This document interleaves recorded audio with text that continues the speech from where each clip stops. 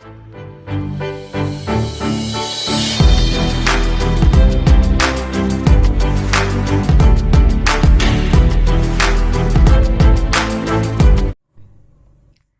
Once again to my classes. तो आज हम बात कर रहे हैं chapter the living world class 11th के बारे में, जिसमें आज हम टॉपिक जो है हमारा जिसके बारे में बात करेंगे वो टॉपिक है हमारा रिप्रोडक्शन। आज हम यहाँ पर रिप्रोडक्शन के बारे में बात करेंगे। पिछले वीडियो में हमने पढ़ा था जो लिविंग ऑर्गेनिजम्स होते हैं उनके क्या कैरेक्टरिस्टिक्स होती हैं, क्या प्रॉपर्टीज़ होती हैं उनके बारे में, और हमने वहाँ पे ग्रोथ को डिटेल में पढ़ा था। आज हम यहाँ पर रिप्रोडक्शन को डिटेल में पढ़ेंगे कि व्हाट इज़ रिप्रोडक्शन। हमने वहाँ पे पढ़ा था कि जो रिप्रोडक्शन है वो डिफाइनिंग प्रॉपर्टी नहीं है, और जो ग्रोथ था वो भी डिफाइनिंग प्रॉपर्टी नहीं था।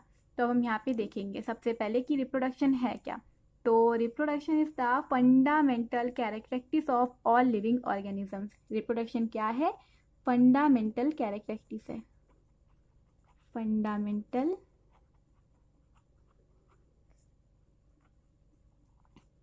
Characteristics of all living organisms. अब रिप्रोडक्शन को डिफाइन करना हो तो आप उसको कैसे करेंगे? तो reproduction is defined as, reproduction को आप डिफाइन कर सकते हो कि reproduction is defined as biological process of self perpetuation. कैसे? Biological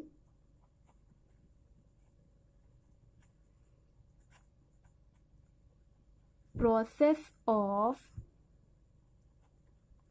self perpetuation। अब ये सेल्फ परपेचुएशन क्या है? सेल्फ परपेचुएशन का मतलब होता है self multiplication, self multiplication. Reproduction यानी कि मल्टीप्लिकेशन। दूसरे फॉर्म में आप रिप्रोडक्शन को ऐसे भी बोलते हो कि reproduction is also referred as multiplication in the number of organisms. Multiplication in the number of organisms.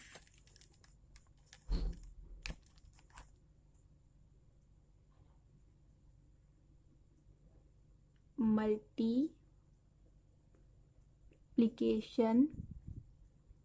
in the number of organisms और simply increase in number of organisms। अब हम देखेंगे जो रिप्रोडक्शन है वो कितने तरह का होता है।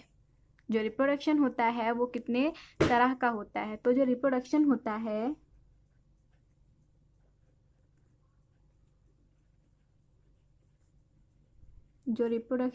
है that is basically divided into two types।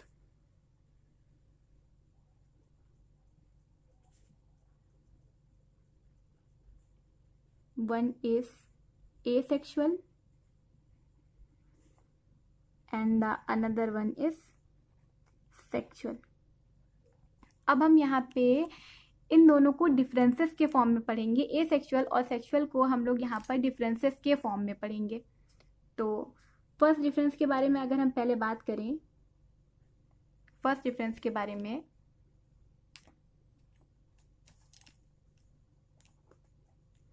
तो it is simple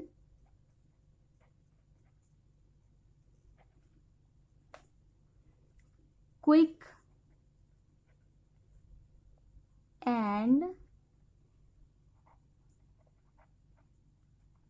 rapid mode of division। Simple, asexual reproduction simple होगा, क्विक होगा यानी कि फास्ट होगा, और रैपिड मोड ऑफ डिवीजन यानी कि काफ़ी जल्दी होगा।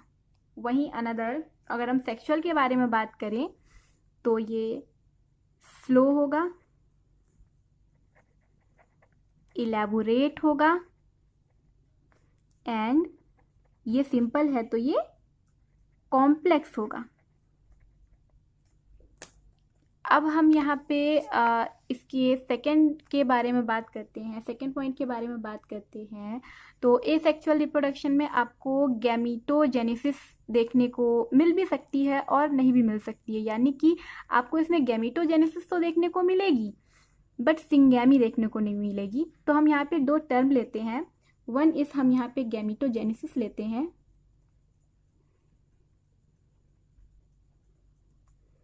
सेकेंड हम यहाँ पे लेते हैं सिंगैमी। तो gametogenesis is basically defined as formation of gametes, formation of gametes. आपको पता है कि जो हमारे रिप्रोडक्शन में जो हमारे सेक्स ऑर्गन्स होते हैं वो गैमीट्स बनाते हैं, देन वो फ्यूज करते हैं, देन तब रिप्रोडक्शन होता है। और सिंगैमी क्या होता है?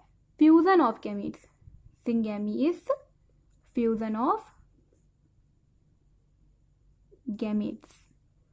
अब यहाँ पर ये जो गैमीटोजेनेसिस है, गैमीटोजेनेसिस और फ्यूजन ऑफ गैमीट्स, तो यहाँ पर जो गैमीटोजेनेसिस है एसेक्सुअल रिप्रोडक्शन में आपको देखने को मिल भी सकती है और नहीं भी मिल सकती है। तो यहाँ पे हम इसको लिख सकते हैं मे और मे नॉट बी, है ना, मे और may not be.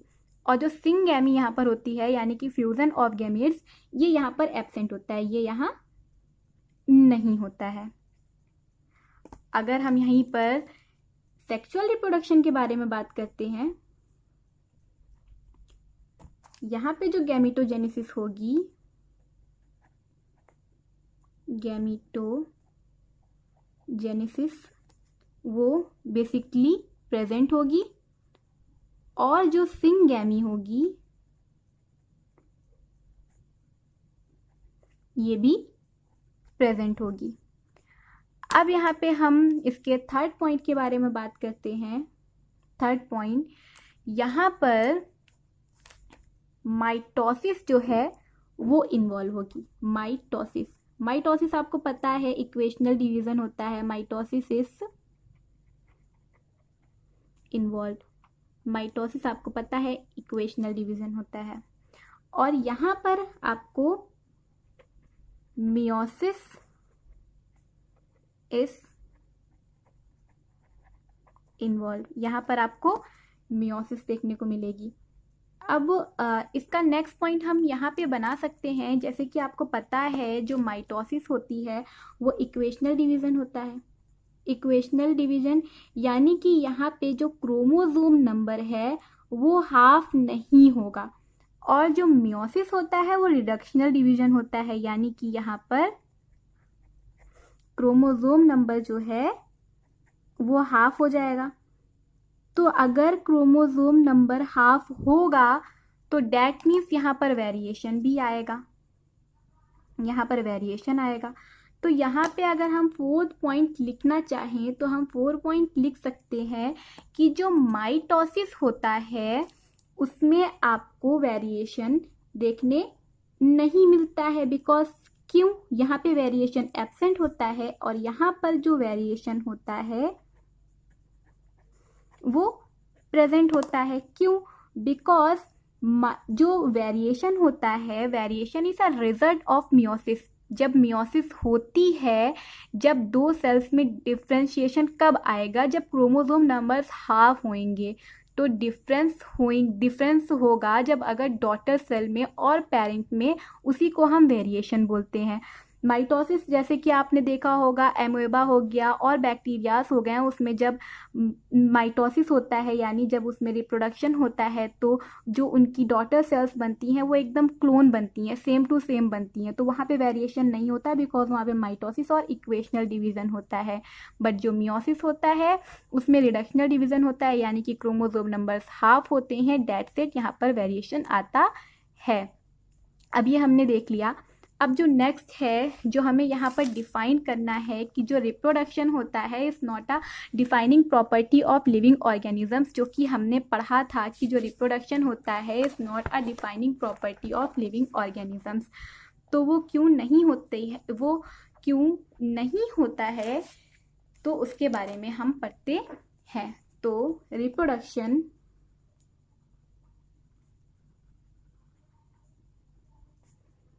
is not a defining property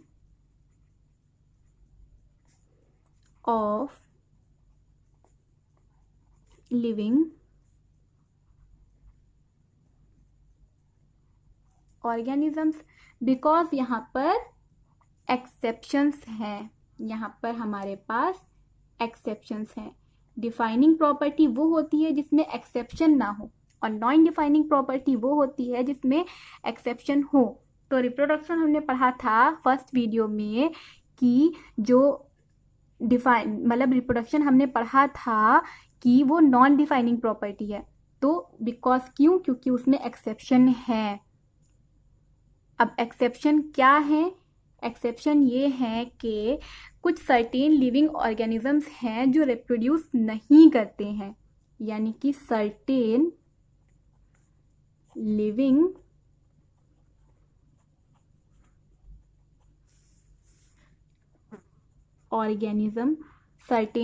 organisms हैं जो रिप्रोड्यूस नहीं करते, यानी कि कैन नॉट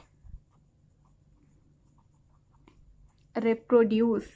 अब इसके एग्जाम्पल अगर हम लें, एग्जाम्पल में हम ले सकते हैं म्यूल आपको पता है, it is a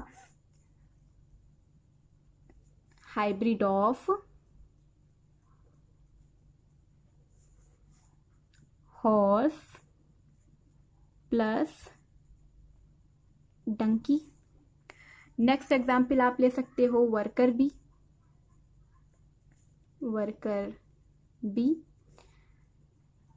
and next example आप ले सकते हो इनफर्टाइल कपल्स।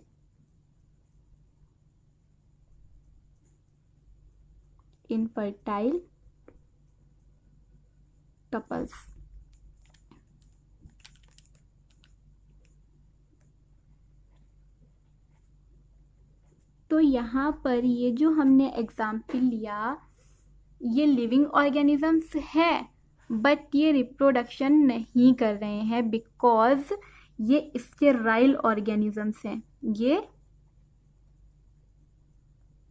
स्टेराइल ऑर्गेनिजम्स वो होते हैं जो रिप्रोड्यूस नहीं कर सकते, और जो रिप्रोड्यूस कर सकते हैं उसको हम बोलते हैं फर्टाइल ऑर्गेनिजम्स।